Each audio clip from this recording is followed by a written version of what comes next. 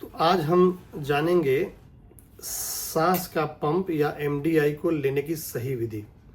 सांस की बीमारी अस्थमा, सीओपीडी या मौसम के बदलाव के साथ कभी कभी सांस की समस्याओं के लिए कुछ समय के लिए ऐसे डिवाइस आपको बताए जाते हैं। तो सही तरीका जानना ज़रूरी है अच्छे प्रभाव के लिए। तो सबसे पहले इस पंप की बनावट लगभग ऐसे होती है। इसको लेने के पहले हमेशा इसको अच्छे से शेक करना चाहिए। शेक करने से इसमें दवाई और दवाई के साथ जो कंस्टिट्यूएंट्स हैं वो आपस में मिल जाते हैं। उसके मिलने से क्या होता है कि जो दवाई की सही मात्रा आपके फेफड़ों तक पहुंचती है। लेने के लिए सीधे बैठें या खड़े रहें और गर्दन को थोड़ा ऊपर की तरफ टिल्ट कर दें।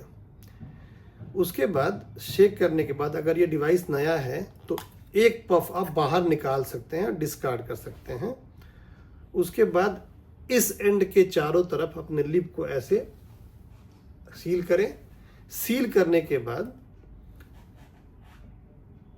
आप जब पंप दबाएंगे तो ये समझिए कि आपने उसके पहले अपने अंदर की फेफड़े की हवा एक्सेल करके बाहर ऑलरेडी निकाली हुई है। सील करने के बाद आप एक पफ दबाएंगे, मैं आपको डेमोन्स्ट्रेट करूंगा, और उसको पंप को निकालने के बाद उसको नॉर्मल से थोड़ा ज़्यादा गहरे सांस से आप फेफड़े में अंदर की तरफ दवाई को लेंगे।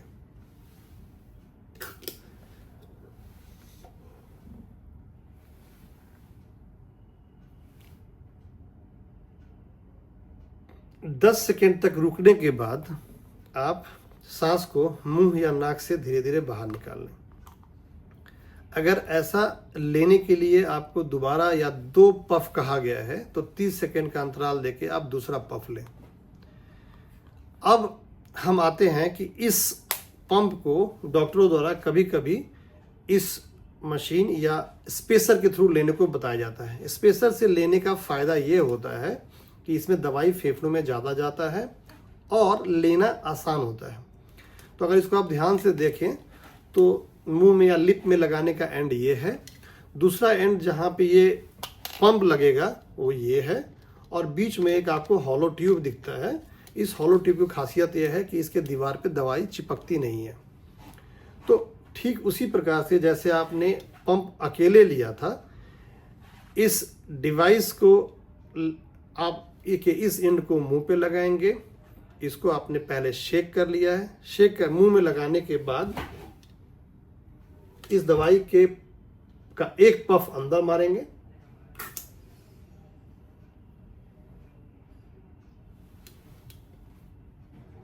दस सेकेंड के लिए रुक के आप फिर एक्सेल आउट कर देंगे।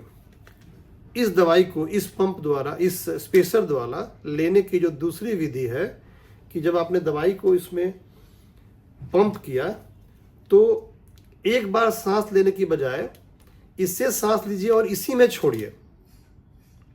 तो ऐसा आप एक पफ मारने के बाद 3 बार सांस लेके आप 3 बार इसमें छोड़ देंगे तो इससे भी आप इस दवाई को ले सकते हैं। तो इस प्रकार से 2 विधियां हुई। एक विधि में तो आपने एक पंप मारा, एक बार इनहेल किया, एक बार सांस लिया, फिर 10 सेकेंड तक रुका और निकाल दिया। दूसरी बार एक पफ मारा और इसी में 3 बार सांस लिया और 3 बार छोड़ा। दूसरी वाली जो विधि है 3 बार लेने वाली, वो ज़्यादातर बच्चों में रिकमेंड करते हैं। बड़ों में हम एक बार लेके 10 सेकेंड रोक के और एक्सेल करने के लिए बोलते हैं। लेकिन बड़े भी बच्चों वाले विधि को उपयोग कर सकते हैं जहाँ पे उनको ये आसान लगता हो, और ये वैसे थोड़ा आसान है भी। तो स्पेसर से दवाई का इफेक्टिवनेस, दवाई का प्रभाव काफ़ी बढ़ जाता है, क्योंकि स्पेसर ये इस विधि से बनाई गई है कि हमारा दवाई हमारे गले में और हमारे ओरल कैविटी में कम चिपकता है या बर्बाद होता है और सीधे फेफड़े में जाता है। ऐसा करने से आप दवाई का प्रभाव बढ़ा सकते हैं। दूसरी जो इम्पोर्टेंट बात है कि इस डिवाइस को आप कभी कपड़े से या अंदर फिंगर लगा के साफ नहीं करना चाहिए, क्योंकि ये खास तरीके की परत से बनी हुई होती है जिसपे दवाई नहीं चिपकता। धोने के लिए गुनगुने पानी में सॉफ्ट डिटर्जेंट डाल के कुछ देर के लिए छोड़ दे, थोड़ा सा शेक करके बाहर निकाल दे और फ्रेश वाटर से इसको वॉश करके ड्राई होने के लिए छोड़ दें। इसके अलावा कुछ और करने की ज़रूरत नहीं है। ऐसा आप हफ्ते या 2 हफ्ते में एक बार कर सकते हैं। कोई अगर इन्फेक्शन से गुजर रहा हो तो इन्फेक्शन ख़त्म होने के तुरंत बाद 3 या 4 दिन के बाद भी साफ़ कर लेना चाहिए। इस तरह से MDI या सांस के पंप को लेने से आप काफ़ी लाभान्वित हो सकते हैं और दवाई को वेस्ट होने से बचा सकते हैं। मैं डॉक्टर अरविंद हूँ। मैं department of medicine AIIMS new Delhi में कार्यरत हूँ। सादर धन्यवाद।